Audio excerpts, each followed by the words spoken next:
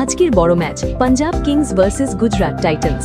দুই দলই প্রায় ফুল স্ট্রেংথ। পাঞ্জাবের হয়ে শ্রেয়স আইয়ার, প্রভসিমরন সিং, গুজরাটের হয়ে শুভমন গিল, জস বাটলার। ম্যাচটি হচ্ছে চণ্ডীগড়ে। Pitch batting friendly. Average score 170 থেকে 180। শুরুতে পেসাররা সুবিধা পাবে, কিন্তু পরে ব্যাটিং সহজ হবে। টস খুব গুরুত্বপূর্ণ।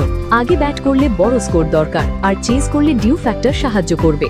হেড টু হেড মোট ম্যাচ 6টি, দুই দলই জিতেছে 3টি করে, মানে আজও সমান লড়াই।